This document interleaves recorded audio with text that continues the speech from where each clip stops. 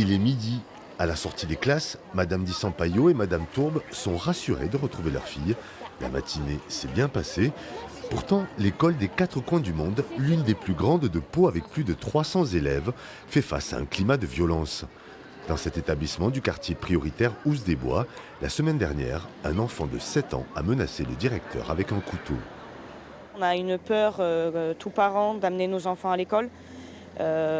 On le vit très mal aussi par rapport aux professeurs, parce que du coup, tout le monde peut être en danger, autant nos enfants que les professeurs et les autres personnes qui travaillent dans l'établissement. Donc c'est vrai que moi, depuis ce qui s'est passé, j'ai pas forcément l'envie d'amener ma propre enfant à l'école, par peur que ça peut lui arriver à elle aussi. Les remplaçants, c'est très rare qu'ils veulent venir, parce qu'avec tout ce qui se passe, les insultes, les agressions, les gifles, on va dire, données par les élèves aux maîtresses. On n'est pas au courant de ce qui se passe. On est délégué de parents d'élèves, mais on est parents avant tout. Les maîtresses là-dedans, elles ne sont pas entendues. Et moi, j'ai très très peur vis-à-vis de ma fille. Autre fait inquiétant, le mois dernier, dans la cour de l'école, une bagarre éclate. 7 élèves frappent et blessent un de leurs camarades. Le parquet de Pau a confirmé le dépôt d'une plainte pour violence et harcèlement. 2 jours d'incapacité totale de travail ont été reconnus à la victime. Les mises en cause ont entre 9 et 11 ans. Des examens psychiatriques doivent évaluer le discernement pour le plus impliqué.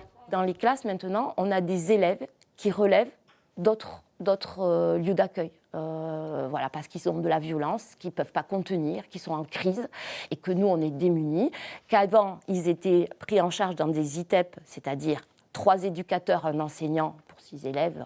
Donc voilà, que là, c'est l'enseignant seul. Par exemple, si on prend les quatre coins du monde, c'est une école, si c'était en collège, il y aurait beaucoup plus de personnel. Aux quatre coins du monde, il y a un directeur et des enseignants. Donc, qu'est-ce qu'on fait ? Pour répondre à ces situations, l'Académie a mis en place un système de signalement. Pour chaque fait conflictuel, les professeurs renseignent des fiches santé et sécurité au travail, en ligne ou par téléphone. C'est ici qu'arrivent les appels. Nous avons une capacité à signaler et à traiter. Nous agissons sur la santé mentale de nos jeunes, nous agissons en formation auprès de nos personnels. Sommes-nous perfectibles sur le sujet ? Oui, nous le sommes. Donc comment mieux percevoir ce qui se joue chez nos jeunes enfants à différents âges et comment mieux y répondre ? Ce sont des sujets qui aujourd'hui font partie de notre quotidien. Si les mesures mises en place sont essentielles aux yeux des enseignants, les syndicats estiment qu'il faut aller beaucoup plus loin. D'une façon générale, c'est dans la prévention qu'il faut être pour l'éducation nationale. La prévention, ça veut dire qu'on doit mettre des moyens enseignants parce qu'être moins nombreux dans les classes, d'une façon générale, ça permet quand même de pouvoir s'occuper mieux des élèves, de pouvoir mieux prendre en charge leurs difficultés, analyser leurs besoins. Donc davantage d'enseignants, profiter de la baisse démographique, non pas pour supprimer des postes, mais pour garder le nombre de postes en l'état parce que ça permettra justement un appel d'air au niveau des effectifs dans les classes.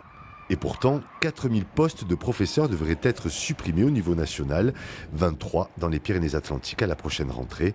Pour dénoncer ces économies sur le dos de la jeunesse, le corps enseignant prévient d'une mobilisation après les vacances de février.